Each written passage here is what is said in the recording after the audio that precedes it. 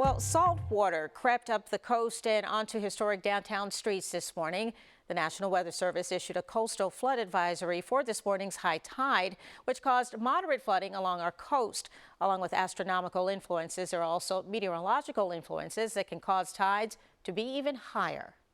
We're in a stretch right now where the tides have been pretty high, and we worry about a couple of things when we look at tides. High and low tides are caused by the moon. Every time there's a full moon or a new moon, the tides are going to be higher because they're going to be pulling on the earth stronger by both the sun and the moon, especially a new moon where the sun and the moon are both on the same side of the earth, so you get a double pull. This typically happens in the fall and early winter during what's known as a perigene spring tide, but sometimes there are other factors too.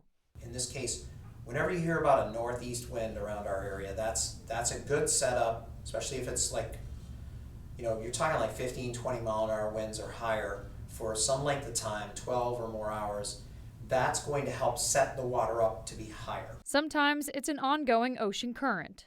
The wind does other things. So like we have a Gulf Stream off our coast, and the northeast wind is actually blowing against that south to north moving Gulf Stream, slows it down, and by slowing down the Gulf Stream, it actually raises the water levels along the east coast of the United States as well. Tropical systems and even afternoon storms can be factors as well.